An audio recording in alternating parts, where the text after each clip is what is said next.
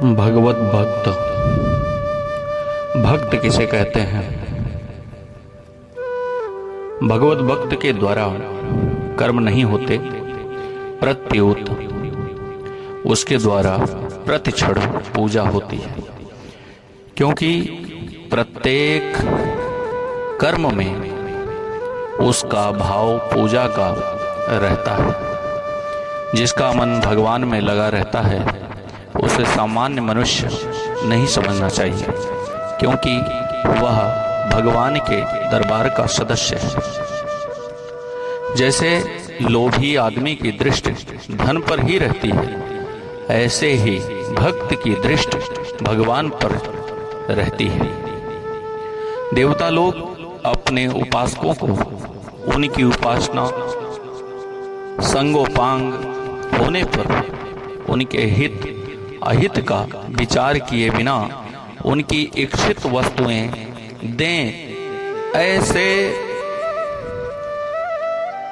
परंतु परमपिता भगवान अपने भक्तों को अपनी इच्छा से वही वस्तुएं देते हैं जिसमें उनका परम हित हो। आप भगवान के दास बन जाओ तो भगवान आपको मालिक बना देंगे। भगवान का भक्त कितनी ही नीची जाति का क्यों ना हो, वह भक्तहीन विद्वान ब्राह्मण से ही श्रेष्ठ है। भगवान के हृदय में भक्त का जितना आदर है उतना आदर करने वाला संसार में दूसरा कोई नहीं है।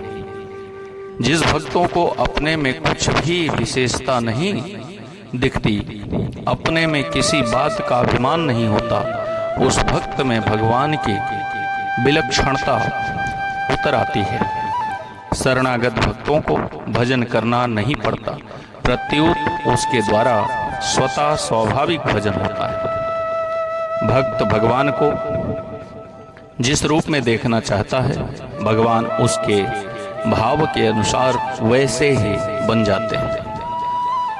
भगवत भक्तों को देवता कहना उनकी निंदा है, क्योंकि उसका दर्जा देवताओं से भी बहुत ऊंचा होता है।